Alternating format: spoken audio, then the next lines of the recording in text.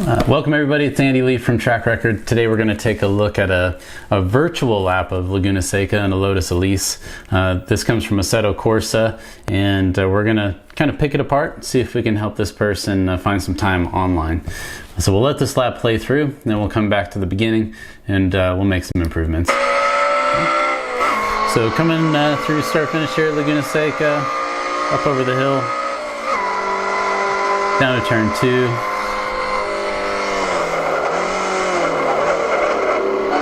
Typically, you're not going to be able to brake that late in real life at Laguna Seca, but it seems to work. Into turn 3.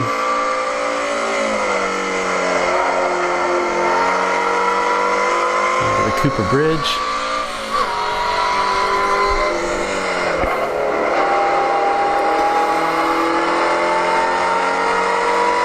People in the stands are kind of accurate. It's about the right amount of people for a sports car race.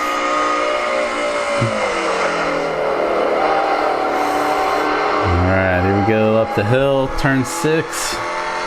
Again, one of my favorite parts of this track is turn 6. I think this turn, as well as rainy curve, takes just a lot of bravery. Really separates people. Up into the infamous corkscrew, of course.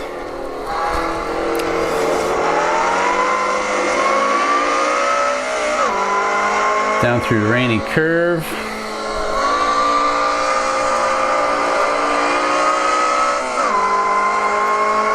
Turn 10. It's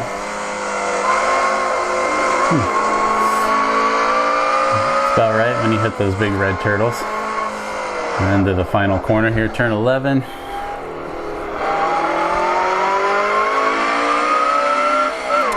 Okay, let's take it back.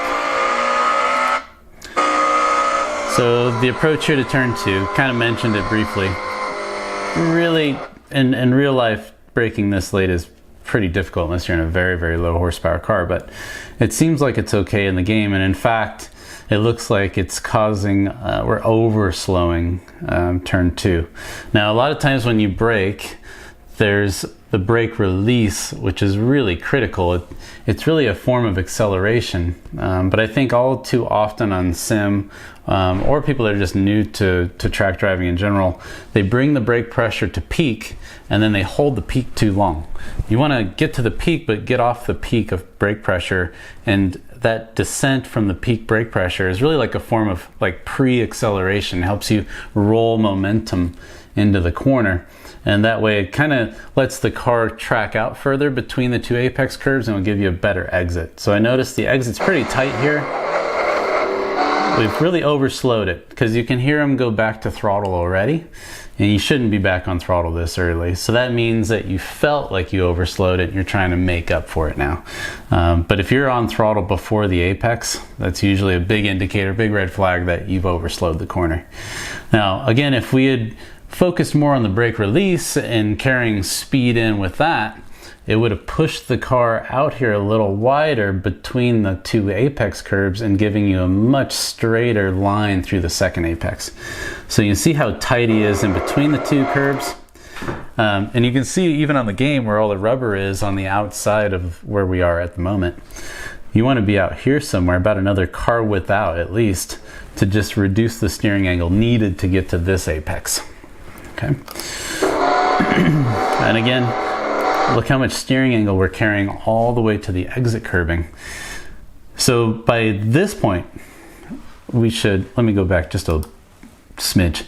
So from this apex curbing here to the exit curbing, it should be one progressive release of steering angle. It shouldn't be holding steering angle all the way to the exit curb and then snapping back to straight. So that's, again, another indication that we've overslowed the entry. So that's the original issue, and now all these symptoms are created because of that. And so as we're coming off of this corner, we're trying to make up for it by going to the throttle way too soon, way too early, and it's lifting the nose up dynamically. It's taking grip away from the steering tires. They're not able to take the line we want, so you have all this steering angle that you're holding to the exit curve, and that's just going to slow your run to turn 3. You can see we don't straighten the wheel till here.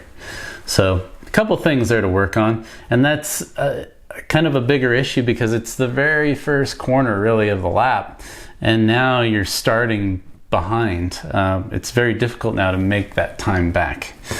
So it's a pretty important corner.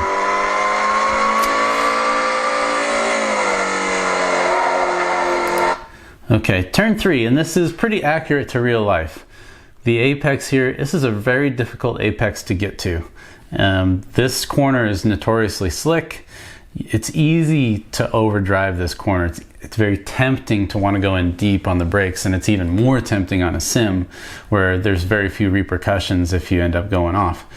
So what ends up happening, and this happens in real life a lot too, is people just brake too late, too deep, and they can't get the car down to the apex. Now, we're giving up a couple feet to the apex, which means we're taking that real estate away from our exit. Now we don't have as much track to use as we leave the apex and track out. So that means we're going to end up holding the steering angle too long here as well. But right here, just braking a little earlier, instead of braking it like looks like the 2 board. Let's go back just a bit. Okay. I think we're braking just past the 2 board. And I think if we went and braked right at the 2, here's the 1, if we went back to the 2, got on the brakes maybe a little harder as well initially, and then again getting off the peak of the brake pressure. So get to peak pressure and then start releasing. We wouldn't overdrive the entry so much. We could straighten the steering wheel out sooner and get a better run up to 4.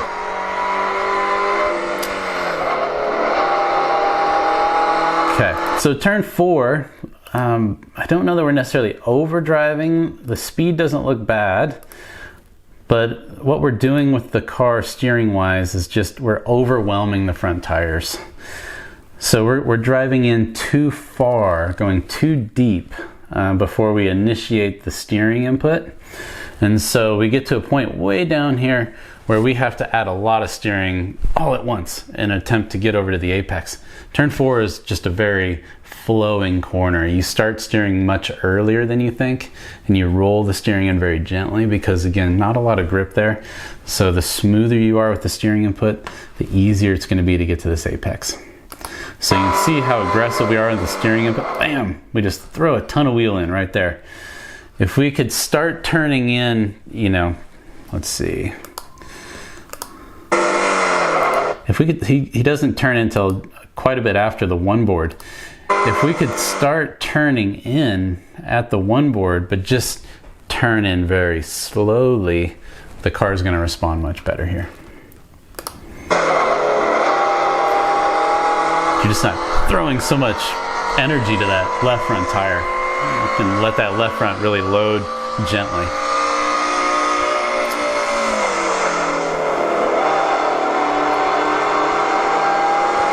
Okay, a couple things here in 5.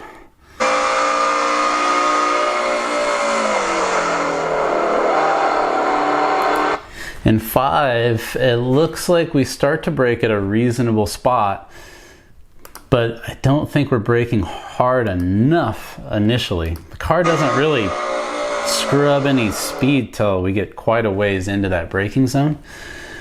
In 5 here, I think the initial brake input needs to be more aggressive. We got to get more pressure, quicker, right at the beginning of the brake zone.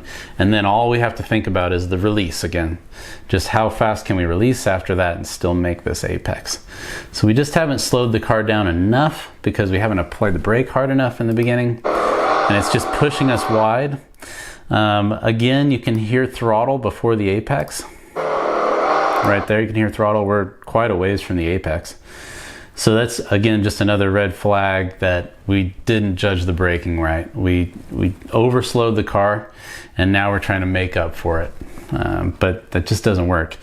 You've got to be able to carry enough speed into the corner where you can release the brake and feel like if I touch the throttle, it's not going to hold. Like you should be carrying that much momentum into that apex, and it should force you into waiting to go to throttle till you're pretty close to that apex.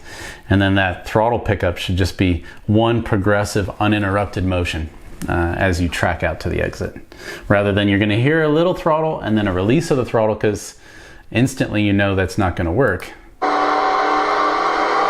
And then we come back to throttle. And I think we're in too high of a gear here. Fourth gear seems a bit luggy.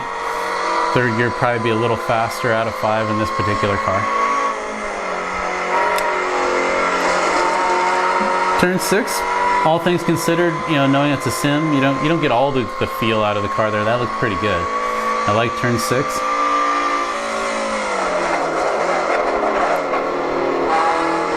Okay, let's go back here just a little bit on the corkscrew. There's a trend developing here. Can hear the throttle pick up before the apex again. So that's something we've seen in multiple corners so far. So it just could be a trend in the driving style. We need to really focus on the braking side of these corners.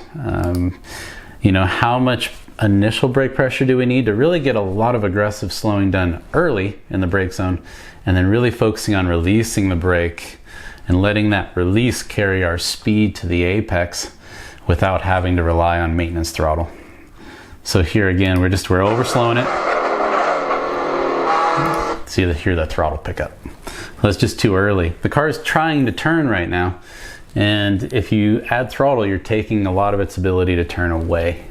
And so it's just gonna have a domino effect all the way through the corkscrew here. Pretty good line through the corkscrew though. Just got to figure out the braking getting in there. Here again, too harsh, too aggressive on the throttle. This is a corner in real life where you really have to let a lot of momentum and let gravity take effect. Let the car roll down this. You can be smooth on some throttle pickup, but it can't be too harsh and too aggressive. We don't want to unweight the front of the car while it's trying to track down to this apex. Okay, so just too early on the throttle here as well.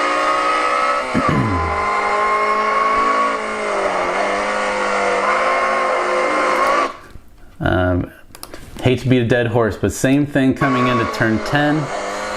Overslowed it just a little bit, and you can hear the throttle here at this moment. We're already on throttle, we haven't reached the apex yet, so that means the car could have carried a lot more momentum into the corner.